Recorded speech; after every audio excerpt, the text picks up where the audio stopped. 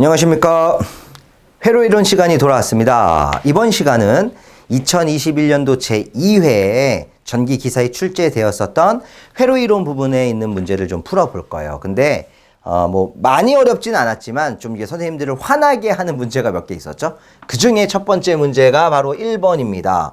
1번에 있는 문제를 풀면서 왜 우리가 화가 났는지 한번 생각을 해보죠. 1번 문항부터 보시게 되면요.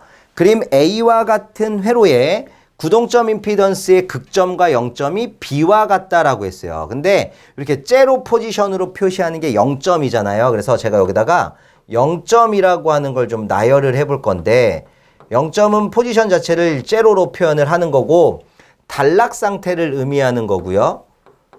0이 된다라는 걸 의미하는 거기 때문에 상수분의 0, 즉 분자가 0이 되는 값을 의미하는 거예요. 분자가 0이 되는 값을 의미한다라고 했는데 그 0점을 마이너스 10으로 줬다는 거죠. 그래서 0점에 해당하는 S는 마이너스 10이다 라는 걸 하나 준 겁니다. 분자가 0인 거예요. 두 번째, 극점이라고 하는 폴 포지션은 표현할 때 X라는 걸로 표현을 하고 개방 상태를 의미하고요.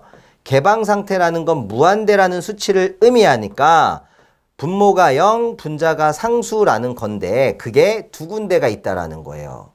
그래서 S의 값이 되는 게 위에 거는 실수 마이너스 5에 허수 플러스 J의 20이라는 값이 하나 있는 거고 밑에 있는 거는 실수 마이너스 5에 허수 마이너스 J의 20이라는 값이 있다라고 해서 0점과 극점을 B라는 그림을 통해서 이렇게 표현을 해준 거죠. 그렇다면 A라고 하는 걸 토대로 저희가 아마 구동점 임피던스를 만들 수 있을 겁니다. 그런데 R하고 L이 직렬이니까 이 부분만 임피던스, 구동점 임피던스로 바꾸면 R 플러스 LS가 될 거고요. C라고 하는 거는 CS분의 1이 될 건데 둘이 병렬이죠. 그래서 얘를 구동점 임피던스화 시키면 GS라고 하는 구동점 임피던스는 두 개의 합분의 두 개의 곱이네요. 그럼 두 개의 합 R 플러스 LS 플러스 CS분의 1분의 두 개의 곱 R 플러스 LS 곱하기 CS분의 1 이렇게 되죠. 그래서 제가 분모 분자에다가 CS를 곱하다라고 만약에 한다면 최종적인 구동점 임피던스는 RCS의 LCS 제곱부터 쓸게요. LCS 제곱 플러스 1차 RCS 플러스 상수 1분의 CS 없어지니까 R 플러스 LS가 A라고 하는 회로를 구동점 임피던스화 시킨 거죠. 자, 이제 뭘 생각하느냐? 문제에서 G0라고 했어요. 근데 G0라고 하는 건 사실 GS다라고 표현하는 건데 S가 0이라는 의미잖아요. 그럼 여기에서 S 자리를 전부 다 0으로 두는 거죠. 여기 없어질 거고 없어질 거고 없어지는데 그 결과가 얼마라는 겁니까? 1이다. 고로 요 자체가 1이라는 건 저항 R 값을 1로 보자라는 얘기가 되는 거죠. 하나 찾은 거예요. 하나 찾은 거고 이제 L 값을 찾아볼 건데 L 값을 찾으시려고 봤더니 L 값이라고 하는 녀석을 어떻게 찾느냐 보면 0점이라고 하는 거는요. 자 보세요. 아이고 좀 잘렸네요. 분자가 0이 되는 값을 0점이라고 했어요. 그럼 결국 R 플러스 LS라고 하는 분자 R 플러스 LS라고 하는 분자가 0이 되는 게 0점을 의미하는 값인 건 맞는데 S가 마이너스 10이라는 걸 여기다 대입을 하라는 거죠. 그럼 어떻게 되겠습니까? 요 식이. R은 1이라고 미리 구해놨고요. S가 마이너스 10이라고 했죠. 0점 얘기할 때. 그러면 S에다 마이너스 10 집어넣으니까 마이너스 10L이 되는 거 아니에요. 그게 0이래요. 그럼 얘는 마이너스 10L은 마이너스 1과 같은 거니까 L은 마이너스 10분의 마이너스 1이다. 그럼 10분의 1이니까 0.1 헨리가 된다라는 걸 찾아낼 수 있어요. 그죠? 그래서 R은 1이고 2면 안 되고 0.2 아니고 0.1이니까 이렇게 답을 찾으라는 문제예요. 사실. 그래서 시험장이었으면 여기까지만 하시는 거죠. 여기까지만 하시는 건데 이제 지금 얘가 이제 C까지도 찾으라고 했으니까 C도 한번 찾아보자면 C는요. 여기 분모에 있는 값을 볼 건데요. 분모가 0이 되는 걸 극점이라고 한다 그랬잖아요. 그럼 분모라고 하는 거 쓰는 거예요. 죄송합니다. LCS 제곱, LCS의 제곱 플러스 RCS 플러스 1이 0이어야 하는데 단 조건은 S가 마이너스 5 플러스 J20이나 플러스 마이너스 J의 20 두 개를 둘 수 있다라는 거죠. 그리고 L값에다가는 얼마를 집어넣고 0.1을 넣고 R값에다는 얼마를 넣어라? 1을 넣어라 라는 얘기입니다. 이게 이제 어려워요. 자, 좀 풀어드릴게요. 한 번만 보시면 L에다가는 0.1이고 C는 모르니까 이게 0.1 그리고 C, S라고 하는 거는 마이너스 5 플러스 마이너스 J의 20 플러스 하기를 R이라는 건 1이니까 무시 C 그대로 쓰고 S는 마이너스 5 플러스 마이너스 J의 20 플러스 1이라는 게 0이 됐다라는 식이 되는 거죠. 쉽지 않은 식으로 바뀌는 겁니다. 그래가지고 요 뭐 예를 들어서 플러스 1이라는 거를 요로 넘기면 플러스 1이 넘어가니까 이쪽이 뭐가 되겠습니까? 마이너스 1이 될 거고요. C라고 하는 게 0.1로 나왔어요. 근데 이게 플러스 마이너스를 다 계산하려고 하면 어려워지죠. 그리고 S제곱이니까 여기에 뭐가 들어가야 돼요? 사실은 제곱 이렇게 들어가잖아요.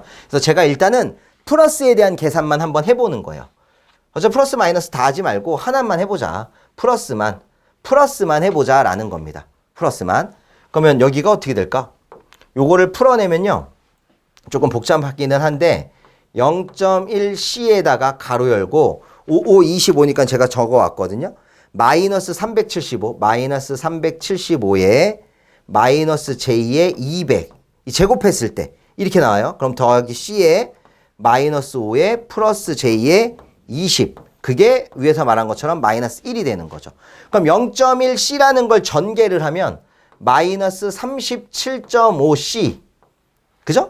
그리고 이렇게 전개하면 마이너스 J의 20C 또 이렇게 전개하면 마이너스 5C 또 이렇게 전개하면 플러스 J의 20C 얘가 마이너스 1이에요.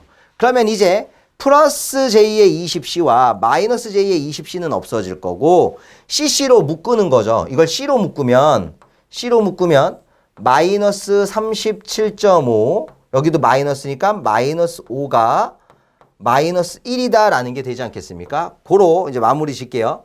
C라고 하는 값을 구하실 때는 이항시킵니다. 마이너스 37.5 마이너스 5분의 마이너스 1을 누르는 거예요. 이걸 계산기로 누르면 얼마가 되느냐?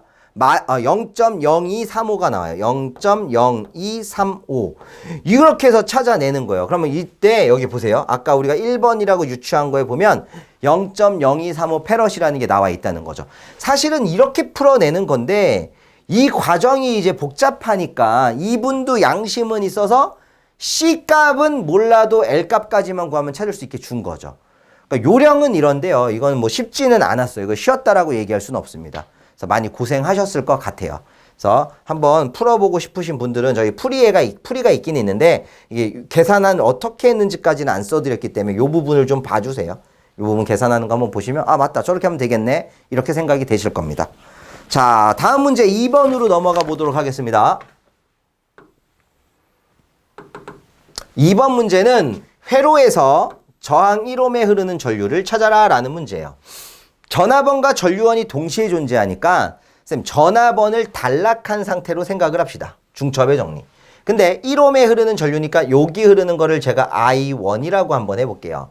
그럼 단락이 되어 있는 상태에서 4A라는 전류가 흘러 들어오면 요걸 기준으로 양쪽으로 나눠지게 되지 않겠습니까? 그죠? 양쪽으로 나눠질 거예요. 전하번은 단락하고 전류원은 나중에 개방하는 거니까 전하번만 단락한 상태에서 4A라는 게 흐르면 이렇게 나눠지는데 문제는 단락이 됐기 때문에 이 부분으로 전류가 안 가요. 이렇게 흐르던 게 여기 1옴만 통과하고 저항 쪽으로 안 가고 저항이 없는 단락된 쪽으로 흐는 거죠. 그러면 1옴과 1옴으로 분배가 되는 거라고 생각하시면 돼요. 그러니까 4A라는 전류가 이 점을 기준으로 1옴을 통과하고 1옴을 통과해요. 그러면 이 방향으로 가는 게 몇 암페아가 되는 거예요? 2암페아라는 게 되겠죠. 절반씩 나눠질 거니까. 그럼 I1하고 방향은 조금 반대가 되죠. 2암페아라는 게 하나 나왔습니다. 두 번째는요. 전류원을 개방한 상태에서 전하번을 살려놓고 생각을 하는 거예요. 그러면 개방이 됐기 때문에 6V에서 만들어지는 전류는 요 점을 기준으로 이렇게 한번 가고 이렇게 가서 여기 1옴과 여기 1옴으로 통과를 하지 이쪽으로는 안 흐르겠죠? 그럼 결국 6V에서 만들어지는 전류가 2옴이라는 것도 통과를 해야 되고 1옴과 1옴 즉 2옴이라는 거 똑같이 2옴으로 병렬로 가잖아요. 그러면 이때 흐르는 전류가 어떻게 되는지 생각을 하는 거지. 6V 전압원을 기준으로 계산했었을 때는 분배 전류라는 걸 한번 생각을 할 거예요. 분배 전류라는 걸 계산을 해서 전체 흐르는 걸 한번 찾으면 자 보세요. 이렇게 그림이 그려집니다. 6V를 기준으로 저항 하나, 저항 하나, 여기 저항 하나. 그럼 여기가 6V, 여기가 2옴, 여기가 1옴, 여기가 1옴. 그래서 여기 두 개가 직렬이니까 2옴이 되는 거예요. 그러면 2옴과 2옴이 병렬 아닙니까? 그럼 합성저항은 2회로에서 합성저항 R토탈은 얼마가 되는 겁니까? 1옴이 되는 거예요. 그럼 그때 I라고 하는 전체 전류는 I토탈은 R토탈 1분의 V6해서 6A가 흐르는 게 맞는데 지금 우리가 구하는 건 이 부분으로 가는 거란 말이에요. 그걸 I2라고 한다면 이 6A가 2옴과 2옴으로 나눠지니까 또 몇 암페어가 간다고 볼 수 있어요. 3A가 간다고 볼 수 있는 거죠. 뭐 분배 전류 공식을 써도 돼요. 어떻게 써봤자 여기 2고 여기 2니까 2 더하기 2에다가 남의 거 해봐야 2가 되는 거고 전체 전류 6 되는 거니까 똑같이 여기 4, 2 그러면 1, 2, 2, 6, 3 똑같이 나온다고요. 그럼 결국 무슨 얘기예요? I라는 방향을 기준으로 했을 때 이 방향으로 갔던 I2가 몇 암페야? 3암페야. 이 방향으로 오던 I1이 2암페야. 그럼 결국 이 방향으로 흐르겠죠. 그 대신 2는 죽고 얘가 몇 암페어가 돼야 돼요? 1암페어가 된다라는 겁니다. 해서 정답이 3번에 있는 1암페어다라고 생각을 하는 거예요. 중첩의 정리만 이용하면 되게 간단하게 풀 수 있어요. 전류가 어느 방향으로 흐르는지 생각을 하셔야 돼요. 다음 문제 가보도록 하죠. 파형이 톱니파인 경우에 파형률은 얼마가 되나요? 라고 했는데 우리가 이제 사람 이름을 썼죠. 최실평이에요. 실평씨라는 분이 있어서 평균값분의 시료값을 파형률이라고 하고 시료값분의 최대값을 파고율. 결국 우리는 평균값분의 시료값을 계산하라는 겁니다. 그런데 파형이 톱니파니까 삼각파하고 같잖아요. 그럼 시료값은 삼각파 3자. 루트 3분의 VM이라고 쓰고 평균값은 구형 반파 2분의 VM과 같았다.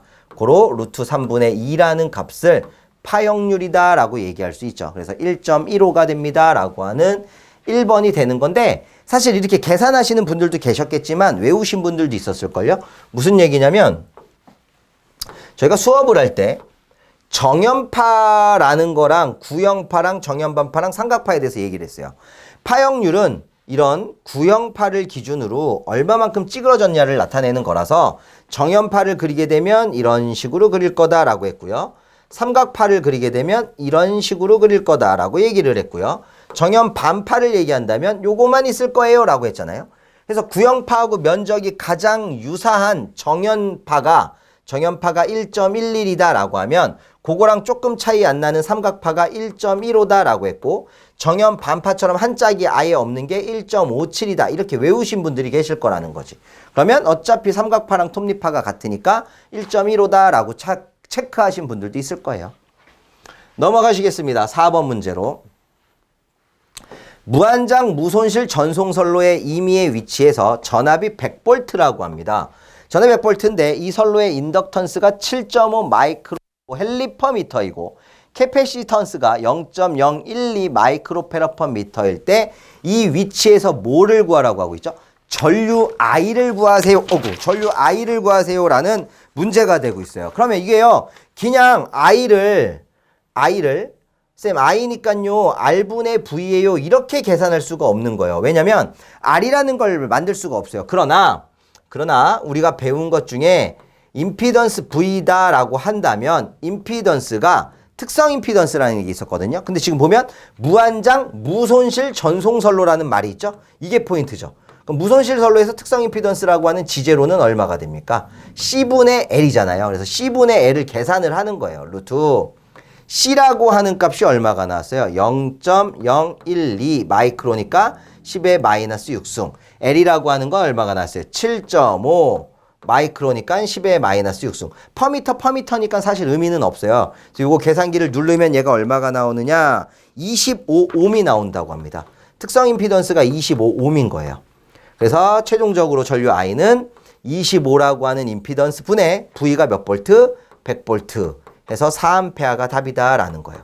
R분의 V만 생각하고 계시면 못 풀어요. 특성 임피던스라는 걸 찾아야 되고 그걸 찾을 수 있는 힌트가 무손실 전송 선로 R빵, G빵, 알파빵인 선로가 된다라는 겁니다. 다음 5번으로 넘어가시죠. 5번 문제 같은 경우는 전압이 나와 있을 때 시료값을 계산하세요 라는 문제예요. 자, 이 시료값 계산하는 건 어떻게 해요? 각 고조파의 시료치의 제곱의 합의 제곱근이다. 그러면 기본파라고 나와 있는 거에서 최대값을 루트 2로 나누고 3고조파에서 또 최대값을 루트 2로 나눠서 V라고 하는 전압의 시료값은 루트 1고조파 거 루트 2분의 14.14 요거의 제곱 플러스 3고조파 거 루트 2분의 7.07 요거의 제곱해서 11.2다라는 걸 찾을 수 있다라는 거죠. 이런 건 땡큐 하는 문제고. 6번 문제. 어렵진 않은데요. 얘도 아마 실수해서 2번을 찍으시는 분들이 종종 있었을 수도 있어요. 자, 요거 이따가 한번 알려드릴게요. 무슨 얘기냐면 그림과 같은 평형 삼상열에서 전원 전압이 200V예요. 델타 결선이니까 성간전압이든 상전압이든 같은 겁니다. 부하 한 상당 임피던스가 4 더하기 J3이라고 했을 때 선전류를 구하세요 라고 했어요. 자, 그러면 이렇게 할게요. 저는 델타 결선의 한 상당 임피던스 G를 Z분의 VP G분의 VP다 라고 하면 한 상당 임피던스가 4 더하기 J3이에요. 겉분의 VP가 200입니다. 근데 이거는 4 더하기 J3이라는 건 크기가 5고요. 위상이 아크탄젠트 4분의 3이니까 약 37도가 되는 거지. 약 37도. 요 4 더하기 J3 가지고 크기를 만들면 5가 되고 위상을 만들면 아크탄젠트의 얼마? 4분의 3이니까 53도, 37도 정도 나오죠? 그걸 200으로, 200에다 나누는 거예요. 그럼 5, 4, 20이니까 40에 0도에서 37도 빼면 마이너스 37도다라고 하는 게 만들어지는데 이거는 상전류예요. 상전류. 근데 문제에서 원하는 거는 상전류가 아니라 선전류입니다. 그럼 델타 결선에서의 선전류는 상전류에 비해서 루트 300 크고 위상은 30도가 뒤진다라는 성질이 있다는 거죠. 그럼 이걸 이용하면 지금 우리가 구한 상전류가 40이니까 40보다 루트 300 큰 선전류의 크기가 만들어지고 마이너스 37도에서 30도가 빠져버리는 더 늦어버리는 약 마이너스 67도가 위상이 된다는 얘기여서 정답은 4번을 해야 되는 거예요.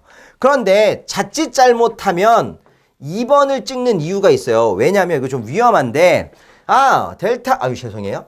델타 결선에서 선전류 구하는 거잖아요, 쌤. 그러니까 IL이라는 선전류는 델타 결선이면 G분의 루트 3VL 아니겠습니까? 그래서 G를 4 더하기 J3이라고 쓰고요. 루트 3 곱하기 성간전압이 200이네요 라고 하면 여기 크기가 5예요. 5에 아까 위상이 아크탄젠트 4분의 3이니까 37도란 말이죠. 그럼 요거 나눠서 40 루트 3이라고 쓰고 위상이 0도에서 37도 빼니까 마이너스 37도인갑다 라고 하고 이걸 찍을 수도 있다라는 거지. 이렇게. 근데 이렇게 하면 뭐가 잘못된 거예요? 자, 뭐가 잘못됐냐면 선전류의 크기만 계산하는 식을 갖고 있는 거예요. 선전류의 크기만 계산하는 식을 가지고 위상까지 생각을 하다 보니까 위상 선전류가 상보다 30도 늦는다라는 걸 생각을 못하게 되는 거죠. 이걸로는 임피던스에 대한 위상밖에 생각을 못한다는 거예요. 그래서 요거를 조금 고민을 해야 되는 겁니다. 이렇게 풀면 위험하다. 그래서 이거는 방법 없이 상을 계산해서 선으로 환산시켜 주는 게 위상까지 맞출 수 있다. 그래서 우리가 센스 있으시면 위상이 나왔었을 때는 크기만 가지고 논하는 걸 잘 안 쓴다는 거죠. 크기만 가지고 논하는 거는 크기에서는 먹힐 수 있어도 위상까지는 잡을 수가 없기 때문에 고민을 해야 돼요. 왜? 선전류라는 거 자체는 상전류에 비해서 위상이 몇 도가 늦는다고 했었죠? 30도가 늦는 거예요. 무슨 결선일 때? 델타 결선일 때라는 얘기가 됩니다. 그래서 아싸리 그냥 더 늦게 30도 빼주는 것까지 생각을 한다면 가능하지만 그게 아닐 땐 위험하니까 빨간색 하지 마시고 2번을 찍었을 수도 있다라는 거예요. 안타깝지만 오답입니다. 7번 문항 가도록 하죠.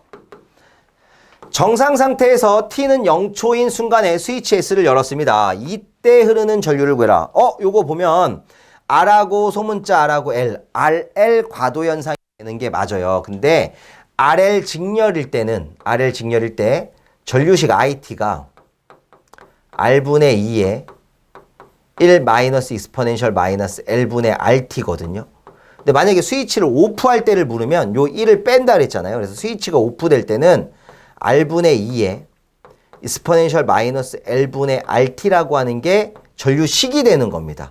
어쨌든 스위치를 연다, 오프한다라는 거니까 기본 형태는 얘여야 돼요.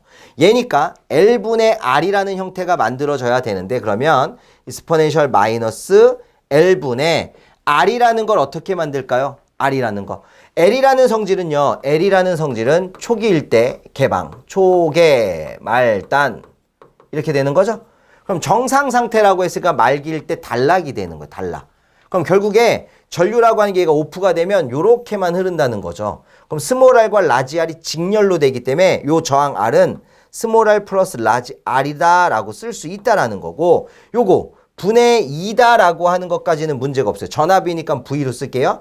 그럼 요 밑에 있는 대문자 R을 뭘로 쓸 거냐가 되는데 L이 단락된 상태로 흐르는 저항은 소문자 R 아닙니까? 그래서 소문자 R로 쓰겠다라는 거죠. 그럼 정답이 2번에 있었고 저희 책 마지막 문제하고 완벽하게 일치하는 거였죠. 다음 문제로 넘어가겠습니다.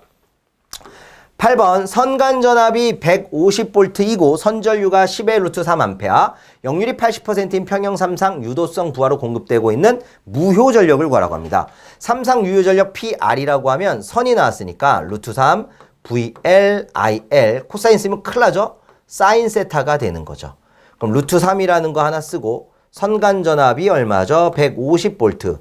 선전류가 얼마입니까? 10의 루트 3 곱하기 역률이 0.8이면 사인 세타는 0.6이어야 되죠. 코사인 제곱 세타 더하기 사인 제곱 세타가 1이기 때문에 그래서 여기다가 0.6을 대입하는 거예요. 그래서 2700 바다라고 하는 3번이 나오게 돼요. 이것도 땡큐 할 수 있는 문제였고 9번 문항으로 넘어가시죠. 그림과 같은 함수의 라플라스 변환을 구하세요라는 문제인데 시간 지연 정리예요. 시간 추이 정리. 그럼 얘는 계단 함수가 1만큼 늦어서 출발하는 시간의 함수가 하나 있는 겁니다. 이걸 ft라고 하면 ut라고 하는 계단 함수가 1만큼 늦게 출발하는 거고요.